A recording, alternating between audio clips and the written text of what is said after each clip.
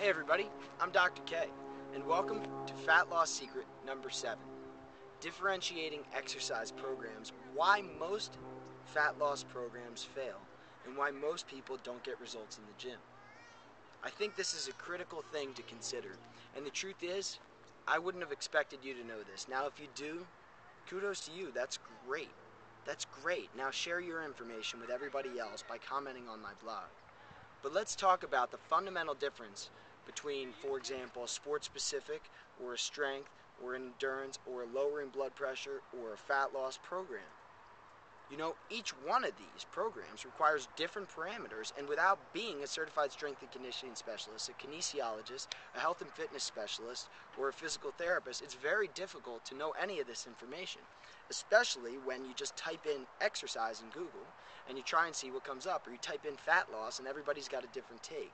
But how many of them really clinically have seen the differences?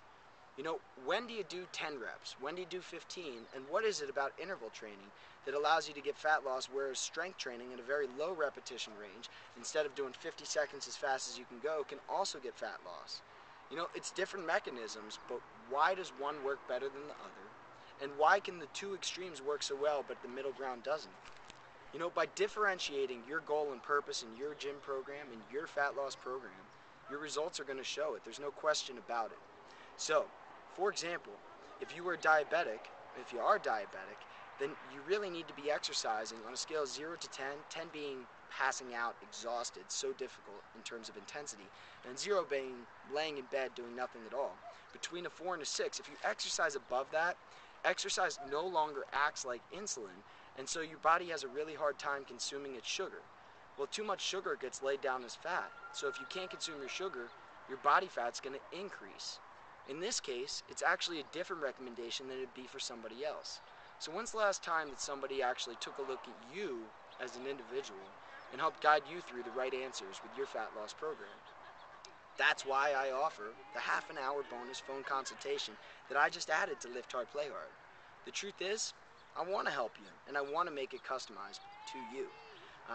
That is just one small piece, aside from all the video question and answer database Lift Hard, Play Hard, that makes it so unique and so different. Plus, the video presentations teach you step by step how you can put together your own workout with your own goals in mind, whether it's bulking or not bulking, whether it's power or plyometrics, whether it's strength training or a fat loss program, whether it's the secret ab formula, whether or not it's, you know, having just glorious glutes. I mean, the story is just endless. The video presentations cover all of this, but I'm not here to really talk about that, although I did want you to understand what's in the program in case you're considering it, because I like to be an informed buyer, and I would want you to be too, especially when it comes to your health. See, now let's take another example. If I really want to increase energy throughout the day because I have a lot of energy low, a fat loss program is less than appropriate.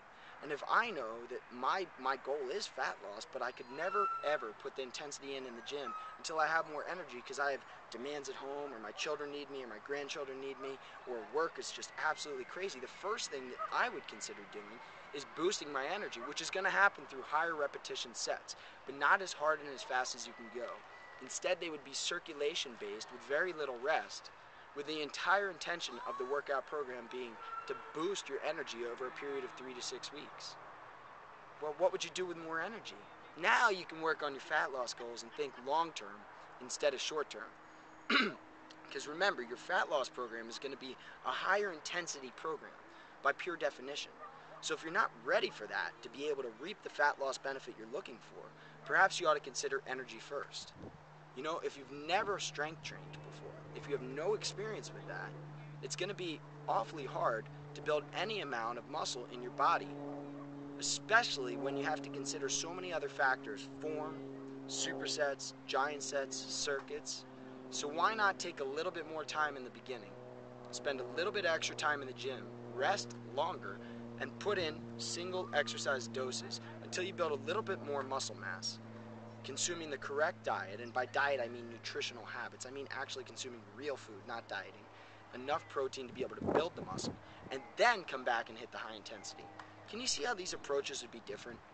I don't know why nobody talks about this, because this is what we read about in school, and this is what we clinically use and see every single day as fitness professionals.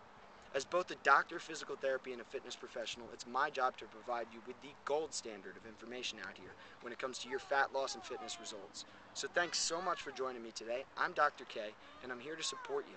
Please leave your comments below. I always love hearing them. Have a great day.